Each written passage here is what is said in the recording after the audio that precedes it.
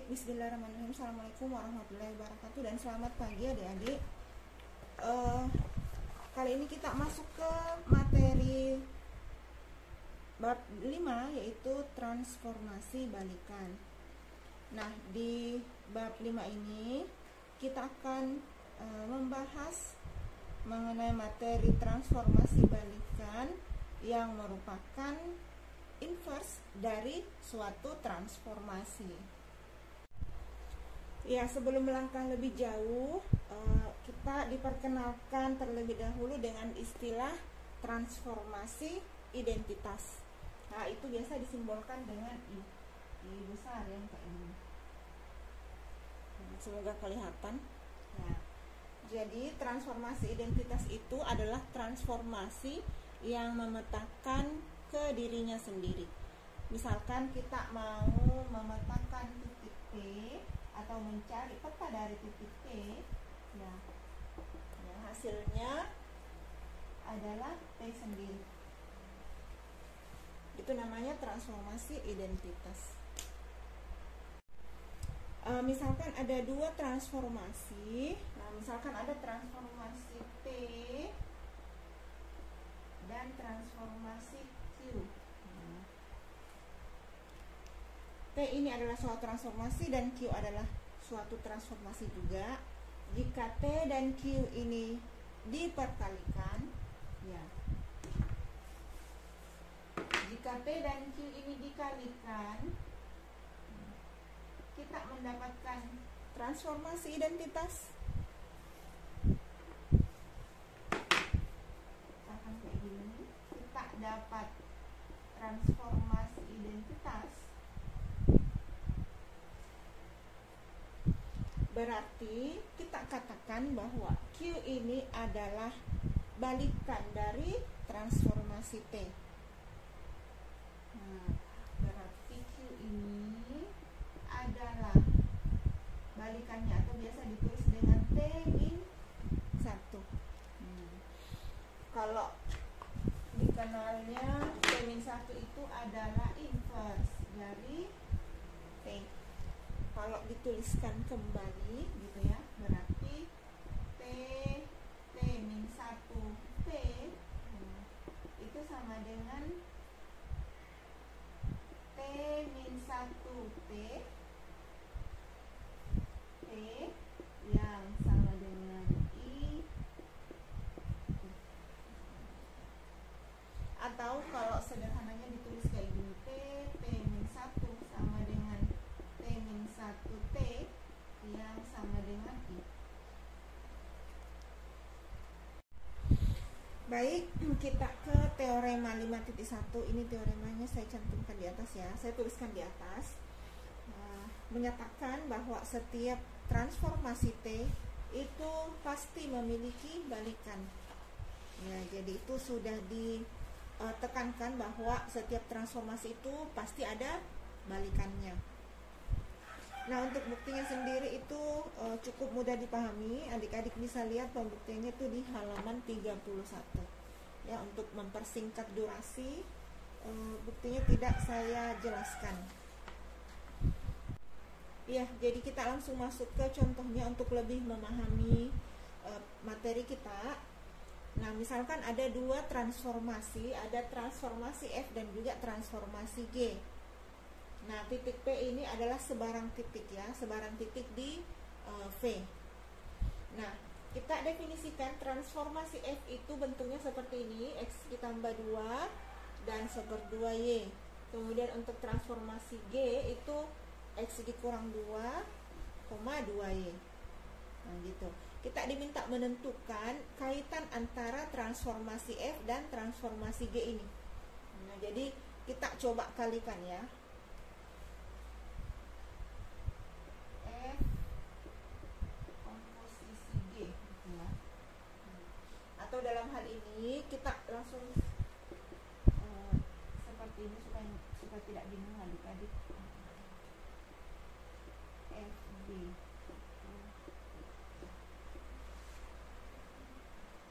Ya, saya tulis panjang saja ya supaya tidak banyak makan tempat. Berarti di sini F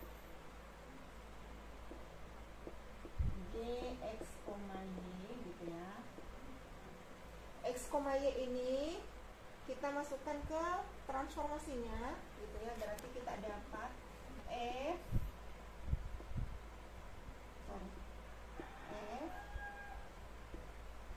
G X kurang 2, 2Y gitu.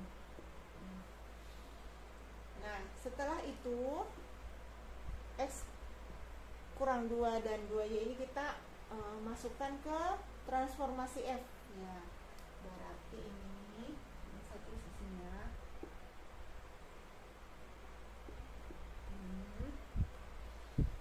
X kurang 2 tambah 2, kemudian seper 2Y, Y-nya itu adalah 2Y. Berarti kita dapat di sini X dikurang 2 tambah 2, nah berarti ini X ya, kemudian seper 2 dikali 2 ya Y. Kita dapat titik P.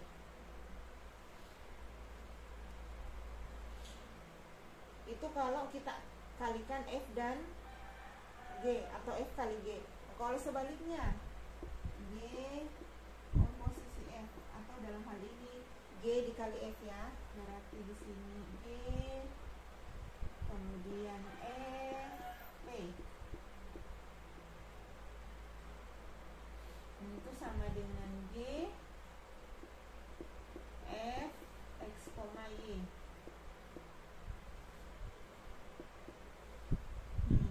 Kemudian X, Y ini masukkan ke transformasi F, berarti di sini dapat G X tambah 2 seper 2Y.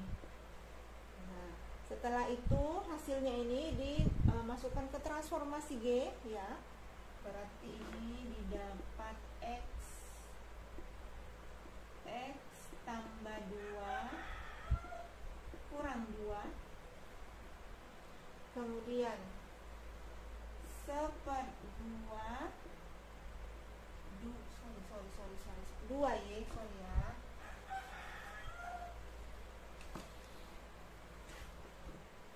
2Y nya adalah seper 2Y, sehingga kita dapat hasilnya ini kok miring ya, bentar ya, saya tulis di sebelah sini saja ya, sehingga kita dapat hasilnya ini X ditambah 2 dikurang 2 ya X sendiri, kemudian 2 dikali seper 2Y adalah Y sendiri. Di sini kita dapat hasilnya X, Y, yang tidak lain adalah titik P. Apa yang kita simpulkan? Saya tulis di mana ini? Saya tulis di sini ya. Yang kita simpulkan adalah FG P itu sama dengan GFP yang sama dengan P itu sendiri. Nah, sehingga kita simpulkan bahwa FG sama dengan GF sama dengan I. FG sama dengan GF sama dengan I. Berarti transformasi F dan transformasi G itu saling berkebalikan, atau transformasi F adalah inverse dari G, demikian sebaliknya.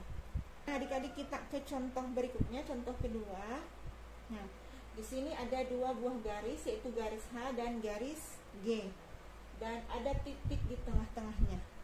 Ya, jadi tidak ditentukan apakah persis di tengah ataukah lebih ke atas atau lebih ke bawah, itu tidak ditentukan. Ketentuannya seperti ini. Ya, jika ada sebarang titik pada G, nah, jadi kita berangkat dari G, nah, ditransformasikan dan transformasi S, kita dapat garis TA. Jadi kalau kita mengambil titik P di sini, gitu ya, kita berangkat dari G, titik P. Nah, transformasi titik P ini terhadap transformasi S itu adalah garis PA. Berarti ini P kita gabungkan dengan A, nah, dia beririsan dengan H. Berarti di sini ada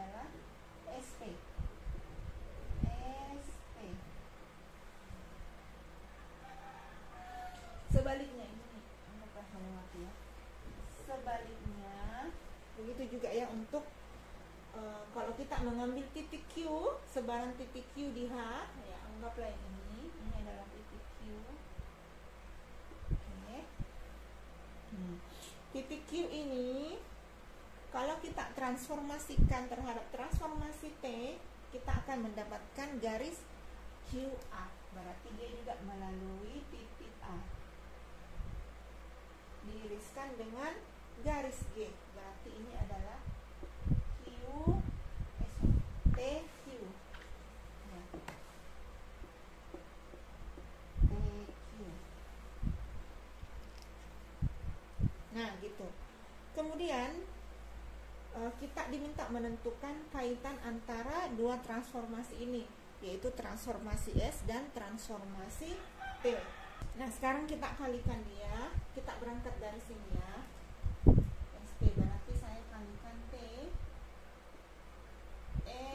SP.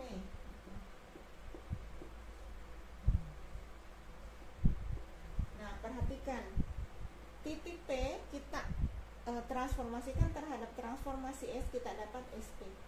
Nah, SP itu adalah daerah, dia terletak di H yang merupakan daerah asal dari transformasi T. Kalau SP ini kita transformasikan terhadap transformasi T, dia harus melewati titik A. Gitu, berarti ini kembali ke T. Gitu ya.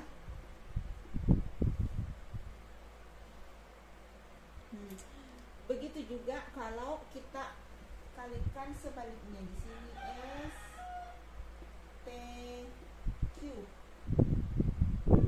Ya, S T Q berarti kita berangkat dari garis H yang merupakan daerah asal dari transformasi T. Q kita transformasikan terhadap transformasi T, itu melewati titik A, kita dapat TQ. Nah, TQ ini kita akan transformasikan dengan transformasi S.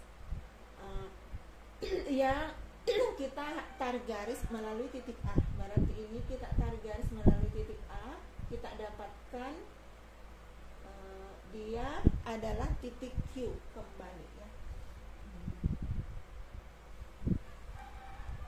Dipaham ya? Nah, sehingga S dan T ini adalah transformasi atau saling berkebalikan. Dalam hal ini kita katakan bahwa transformasi T adalah inverse dari transformasi T, begitu juga sebaliknya. Ya, adik-adik, kemarin ada pertanyaan, Bu, gimana kalau misalnya untuk transformasi S misalnya ya, berarti kita berangkat dari garis G ya. Bu, kalau misalnya saya ambil titik di luar garis ini, misalkan di sini gitu ya. Saya mau ambil belajar titik R ya. Ya, R ya. R gitu. Bisa nggak untuk kita transformasikan dan transformasi S? Nggak bisa ya, jawabannya tidak bisa, karena daerah asalnya itu harus berada di garis G kalau dia transformasi S. Oke, begitu juga dan transformasi T, daerah asalnya itu harus berada di garis H, jadi tidak bisa di luar garis gitu ya. Jadi G itu adalah daerah asal untuk transformasi S, dan H itu adalah daerah asal untuk transformasi T. Namun G itu adalah daerah asal dari transformasi S, tetapi merupakan daerah hasil dari transformasi T. Begitu juga dengan garis H, dia adalah daerah asal dari transformasi T, tetapi merupakan daerah hasil dari transformasi S. Itu ya, jadi dia harus berada di garis baik titik yang kita ambil maupun petanya. Baik adik-adik, kita ke teorema 5.2 dan 5.3. Nah, 5.2 ini menjamin bahwa semua transformasi itu hanya memiliki satu inverse, ya. Setiap transformasi hanya memiliki satu balikan. Ya. Ini juga berlaku di kondisi-kondisi lain atau teori-teori lain. Ya, misalkan fungsi itu juga hanya memiliki satu inverse. Ya, demikian yang lain. Jadi ini saya pikir cukup jelas ya. Buktinya juga sudah ada di halaman 33, adik-adik bisa cek.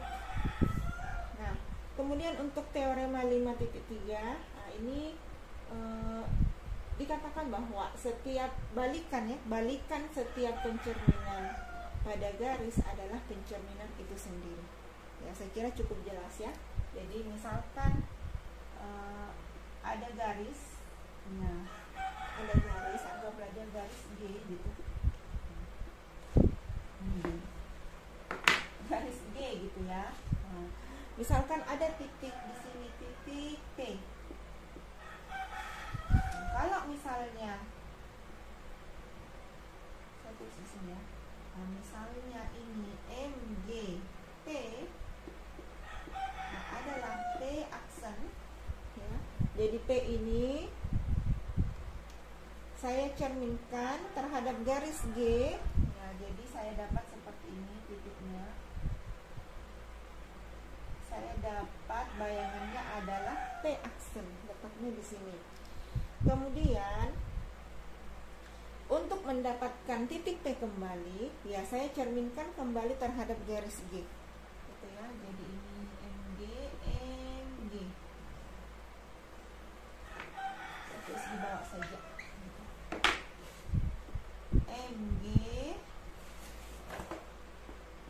MGP. Iya. Nah, jadi kalau P aksen ini saya cerminkan lagi terhadap garis G, saya dapatkan P kembali. MGP itu sama dengan kan ini. MGP aksen. MGP adalah P aksen, jadi ini saya ganti dengan P aksen. Ini didapat titik P kembali. Itu maksudnya ya. Balikan setiap pencerminan pada garis adalah pencerminan itu sendiri. Jadi ini maksudnya. Oke. Ini kan sama dengan I P. Ya, sama dengan P.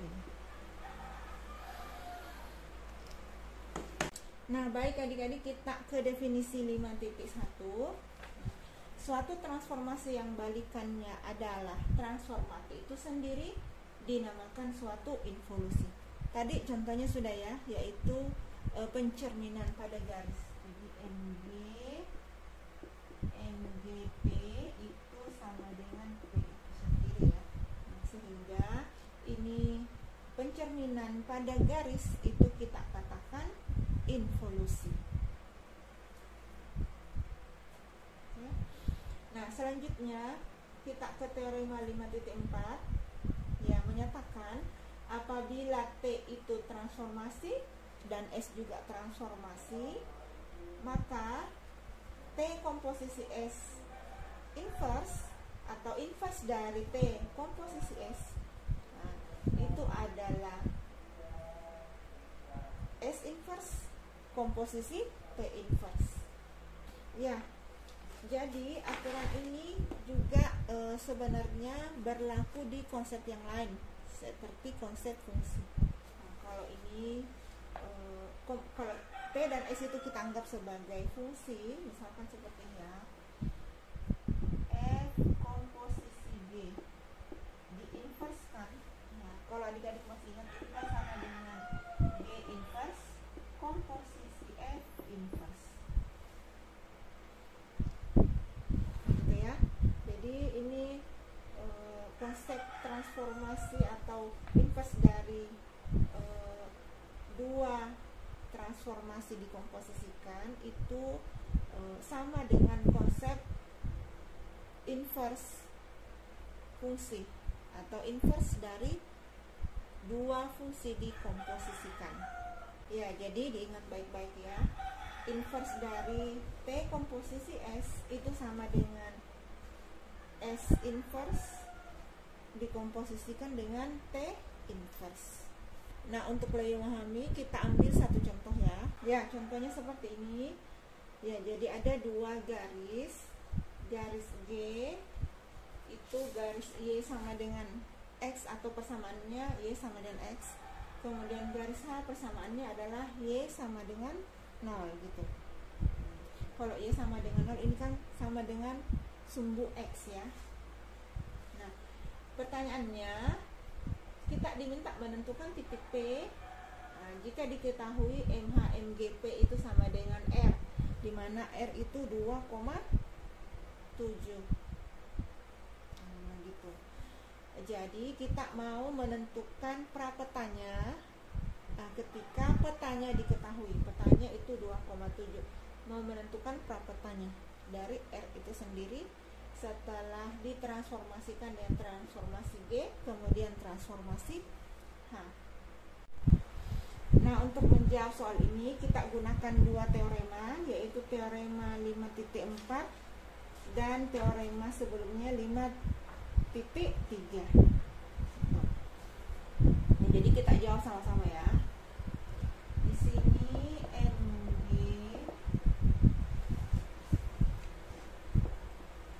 MGB, kemudian kita cerminkan kembali dengan terhadap garis H gitu.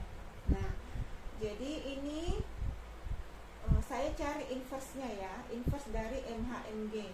Nah, inverse dari MH/MG itu MH/MG inverse. Supaya nanti saya dapat titik P itu sendiri gitu ya. Jadi konsepnya kayak gitu. Ini saya kalikan dengan inverse-nya supaya nanti saya dapat titik P. Kemudian inverse dari MH/MG ini kita gunakan teorema 5.4 itu kan sama dengan 5.4. Ini kan sama dengan MG-1 MH-1 atau MG inverse MH inverse. MH MG P itu sama dengan P. Nah, kemudian MH MGP itu kan sama dengan R ya, jadi ini kita ganti dengan R. Jadi ini MG-1 atau MH MG inverse MH inverse ini kan kita ganti dengan R ya.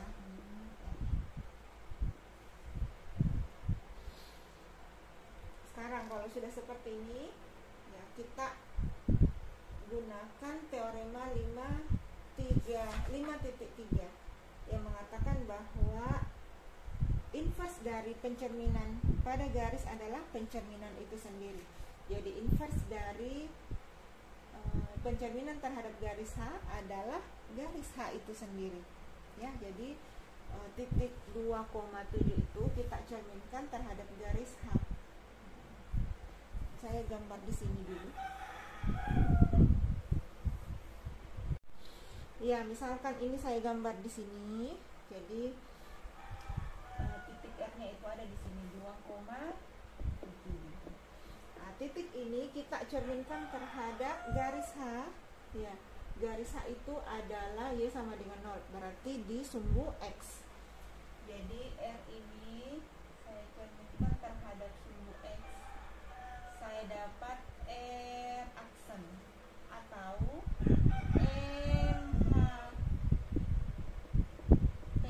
MHR ya.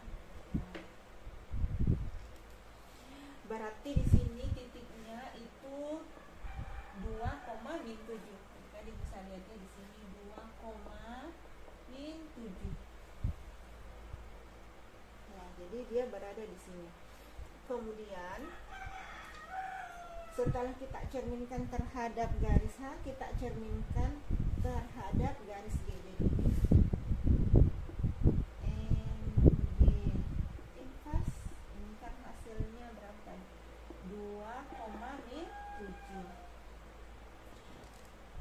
0,7 ini kita cerminkan terhadap garis G, ya, garis G.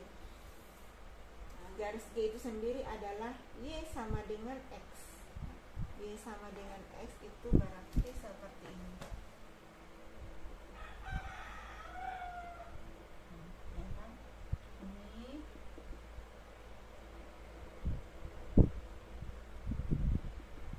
tegak lurus terhadap cerminnya, atau bisa langsung, ya, karena G itu persamaannya Y sama dengan X, sehingga kita dapat balik saja.